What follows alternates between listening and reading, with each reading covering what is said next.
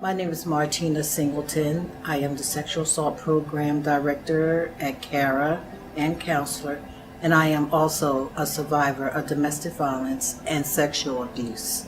My name is Juanita Battle, and I'm a survivor of domestic violence. My name is Tamu Lane. I am the Director of Social Justice Programming at the Women's Center, and I am a survivor. My name is Valeria Marcus. I'm a child abuse advocate, and I'm a survivor of domestic violence and child abuse. I'm Anne-Marie Buracheski, and I am a two-time survivor of domestic violence. I'm Shane Buracheski, and I'm a survivor of childhood domestic violence.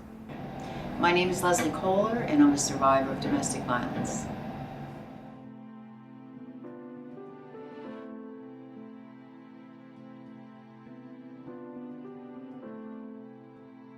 I was 20 years old, and it was this particular relationship that I was in. It was love at first sight. It was, here's this guy, like he was devoted to me. He was attentive to me. He brought me little things and talked about, wow, I really liked you. I was very young. I was only 18 years old when I realized that I was in a domestic violence situation. What I experienced in domestic violence was multiple things.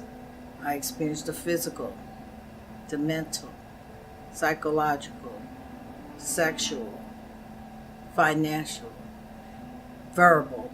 It was very painful because I grew up, felt like I had to protect my mother and myself, and she was physically sick, and that was even more heartbreaking.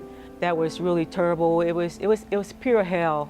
Points his finger at me and started yelling at me, telling me, don't I ever do that again? And I'm like, do what?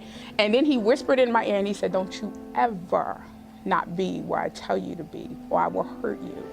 And we saw my father push my mother on a wall, and she broke her finger, and she had to go to the doctors and put it in a little bandage and a little splinter. You just didn't really know what to do as a kid, as a 9, 10, 11-year-old. And there was physical abuse, which got worse through the years. I'm going to get a needle from one of my friends who has AIDS, and I'm going to just jack you up with it so that you don't have to worry. In that situation, he really did use my deafness because he would be able to talk behind my back. He would throw things and I wouldn't hear it. She would be like, call the police. And then there's times where, you try to do that and he rips the phone out of the wall or, makes it hard for you to try to get outside help.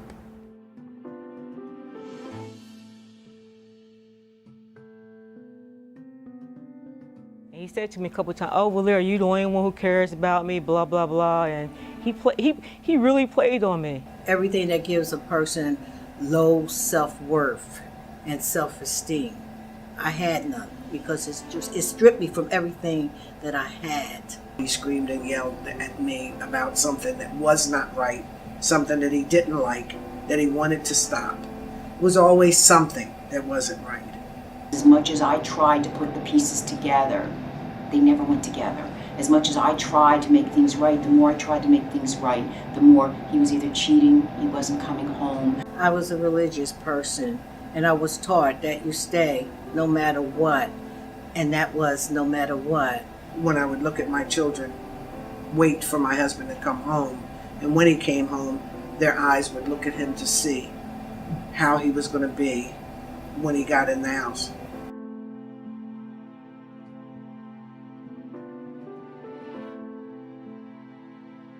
I didn't want to be a single mom.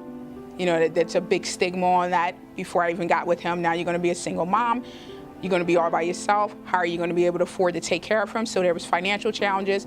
I only was there because of the fear and because I knew I had to support my children. I knew I had nowhere to go at that point. I had tried to go to the police. I had tried to go to people to help me, and nobody was there to help me. But then I thought, what would I do? Where would I go? I would have to do something on my own. And with 5 children, that's not easy. I found out much later, my mother never elaborated to her family about what was going on, like none of us did. So she was hiding too, and we all were hiding the problem. My biggest challenge was my child. Sometimes you say, I don't want to take my child away from their father because he's good to her or him. I was trying to figure out, how do I save, my son and me and even my brother? So that was a big challenge, just figuring out how to get out of a horrific situation. So it made it very hard for me to make that step, that decision to walk away. But I had to put what I thought was significant to my children in a suitcase. Like, it was a pair of skates my mother gave my daughter. It was something special for my son, and everything I could put in there without drawing his attention to what I was taking with me on this trip. When I went down the street, I said, we're never going back to that house again. I'm never going back to that house again. Never, ever, ever, ever, ever.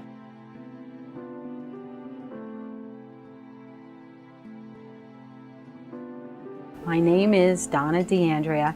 I am the Legal Crisis Service Coordinator, Program Assistant of the Violence Intervention Program at the Women's Center. I say to people all the time, we're impacted by physical things. Whenever we see the physical, we're always impacted. I think after seeing somebody banged up, the people who are not banged up, you listen to them differently, because just because they're not banged up doesn't mean they haven't experienced just as bad of an abuse situation. Some people say, well, he didn't hit me. But there's verbal, there's mental, there's financial, as I said before, there's social. There's so many parts to this. It's not just the physical. And that emotional and that mental can destroy you from the inside out. I am still, my self-esteem, like going into a room. I was all over the place when I was younger. I was the life of the party. I was like, whatever. To this day, it's still difficult for me. People say, Leslie, you're so outgoing.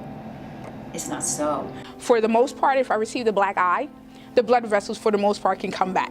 If I received a broken arm, if my bone doesn't shatter, for the most part, that bone will heal. That mental abuse will stay around for years and years and years until someone gets help.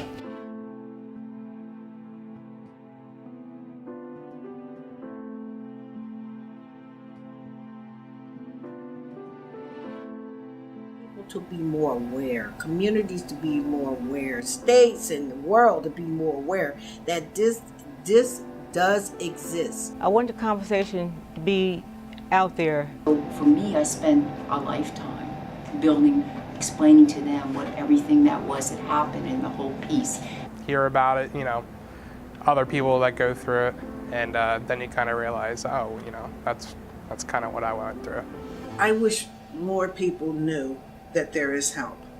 People understand there are people out there, there are agencies out there that can help them. You have to reach out.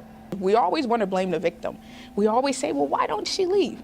But no one ever asked the question, why did he hit her in the first place? From getting them to be safe, getting them in and out of court, getting them a place to live permanently, working with them through the days and time that they spend in our shelter. There is an advocacy program here in New Jersey that I was very instrumental in founding. It was like my dream coming true to be able to see this happen in New Jersey, that a deaf domestic violence program was initiated and carried through. I work with victims through the courts, but also through the crisis responses, with police departments and hospitals. Think about those, the disabled that are still silent, the children that are still silent, the men that are still silent, the teenagers that are still silent. You have a right to call a hotline to get validation of what you are feeling. Abuse can stop and will stop, and I have to have hope that it will one day. I'm just hoping I'm around to see it. My name is Martina Singleton. My name is Leslie Kohler. My name is Tamu Lane. My name is Juanita Battle. My name is Valeria Marcus. My name is Donna DeAndrea, and I am a victim's advocate. And I'm a survivor of domestic violence. And I'm a survivor. And I'm a survivor. And I'm a survivor of domestic violence. Even till today, I still survive.